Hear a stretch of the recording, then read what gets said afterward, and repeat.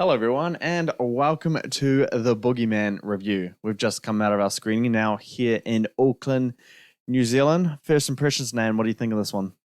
I mean, it wasn't good, but it wasn't bad. It was, Mm, it was just average, Yeah. It's not in terms of the top tiers of horror, such as like Conjuring and hmm Quiet Place, Get Out, stuff like that.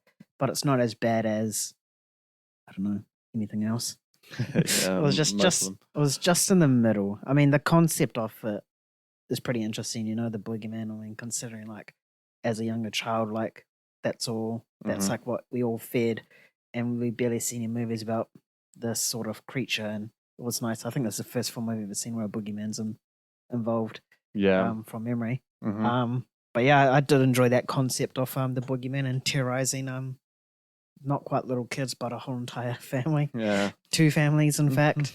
So that was pretty interesting to what you get in horror films nowadays, but it's still quite similar. The whole supernatural sort of Yeah. aspect to it. hmm In terms of the story, it's pretty average. I mean, it's uh, it's like a family that's lost their mother and then hmm trying to cope with that loss, and then this being is like haunting them as well, which Yeah. is making them more on edge. And obviously, the parents not believing the hmm kids in regards to what's happening. And then it's not until the end where he was like, "I believe you," and it's just like, oh, very fucking predictable. Yeah. Even the Yeah. way that the boogeyman ended up being conquered, dying was very predictable. I was watching, I was like, this is exactly what's going to happen, and that's exactly what happened. And I was like, she's going to say this or like some Uh, sort of line before it happens, and she didn't. I was like, oh well, that's fucking predictable. yeah. So in terms of story, it's a good concept, but I think they hmm just went way too basic with Yeah.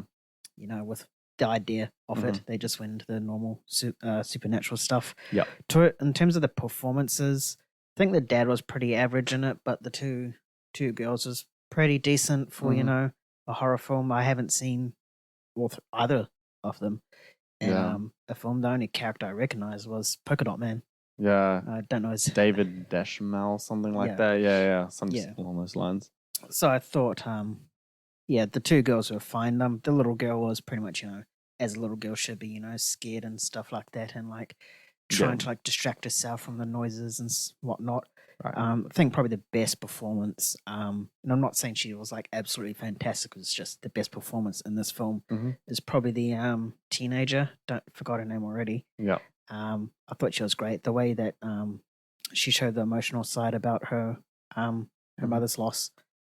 She did that really well, and then obviously like finding out this creature's like haunting her, and her trying to like discover how to get rid of it, and then her friends pretty much being assholes to her as well. Yeah. That was pretty good. hmm In terms of like the cinematography, it's pretty standard in hmm terms of horror films. It's pretty much what you're gonna get.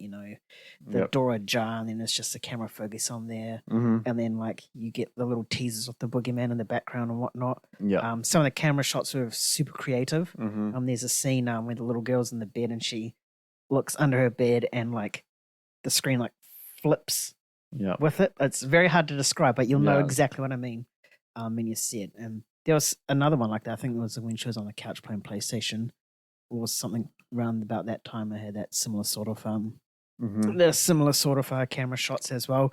So that was really good in this film. Yep. The score was pretty much, just chucking a DVD or hmm 4K of whatever horror film, supernatural horror film, and that's exactly the score that played in this one. Yeah. So not much. The way they build up the tension as well is exactly the same as Conjuring and hmm other supernatural horrors as well. So nothing quite creative in terms of score or sound front, except for maybe the Boogeyman, but that still sounded, pretty Yeah. generic as well. hmm So your thoughts on this one? Yeah, think I'm pretty much in line with everything you're saying. As we just talked about a little bit beforehand, I thought it was a lot more tense than what I was expecting. I didn't know this was a PG-13 movie until today when I was looking closer at the movie. I'm like, oh, it's not gonna be that scary. Then it's kind of like they're going lightly on it so it can get more people into the seats and stuff like that. But it's actually pretty tense. It's pretty scary, and what they do with tension and stuff like that. I think it's actually pretty decent. And it's not done in the way where it's like exactly what's going to happen, nor is it cheap by like just doing random jump scares. It has a purpose to a lot of its tension. Sometimes it goes in that direction.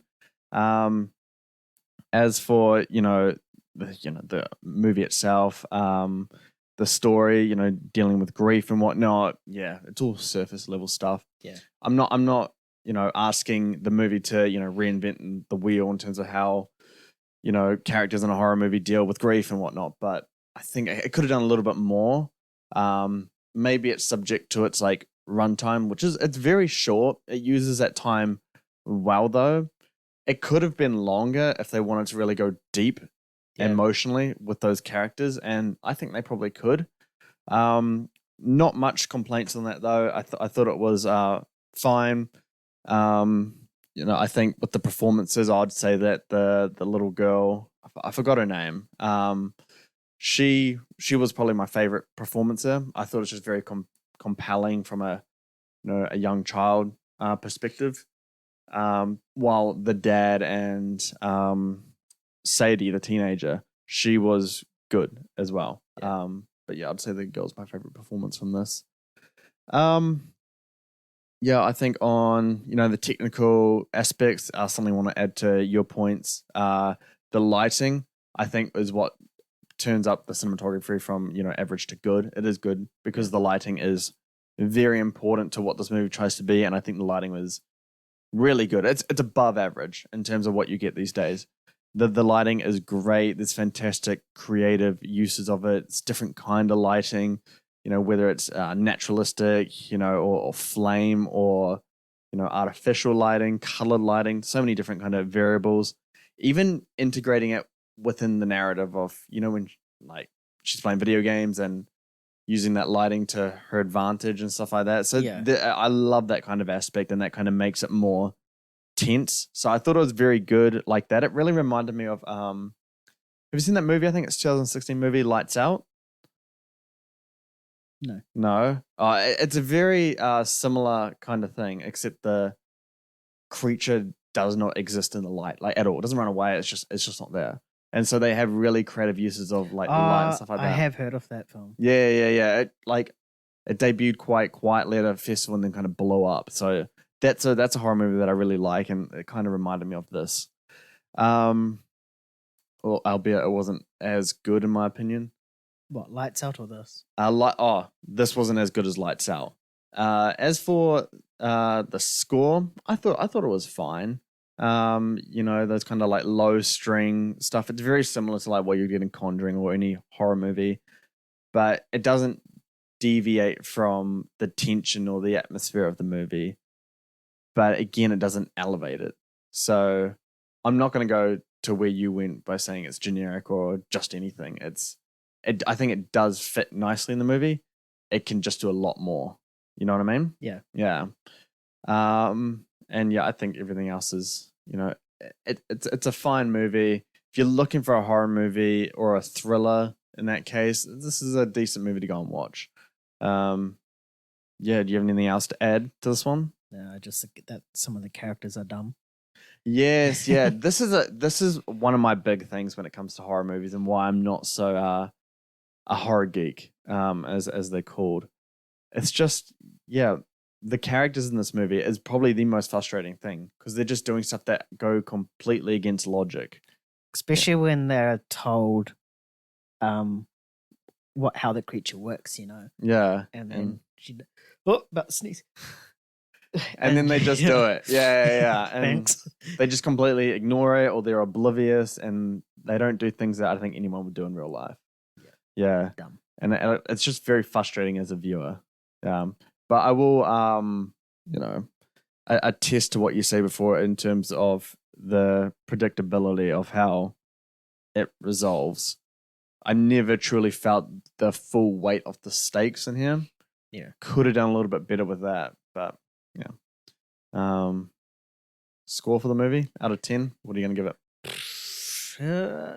I think it's better than average. I'll probably go around probably a 6. Just I was going to go 6 as well. Yeah. I think 6 is good. Yeah. Yeah. It's just, it's a fun little movie. I think I'd say that because it's nice and short, so you can just go in there, have a good time with it, and leave, and then it's kind of out of your mind forever after that. No, bro, I'm gonna have nightmares. You're gonna have nightmares. You Yeah. that scared? Yeah, I'm gonna sleep with the lights on. Oh, not lights out. No. No. Well, there might be a boogeyman there. The name man. The name man. All right. Well, that's going to do it for our review for The Boogeyman. Yeah, it comes out this week alongside Across the Spider-Verse, which we are going to be seeing tomorrow. So you can expect our review for Across the Spider-Verse in about 24 hours, unless we're told by Sony that there will be an embargo on it, which I don't know if we will. But yeah, we'll have that up and we'll have this review up now. So yeah, before we sign off, we want to hear your thoughts on the movie. If you do get around to it and then come back to this review, let us know on Twitter @MovieGains. Head on over to moviegains.com for 4K movie reviews, box office analysis, award season predictions, and much more. And remember to sign up to our email newsletter to stay up to date with all of our content. Thanks again for joining us for another review. We'll catch you tomorrow. Keep bringing the hype. Peace. See you tomorrow.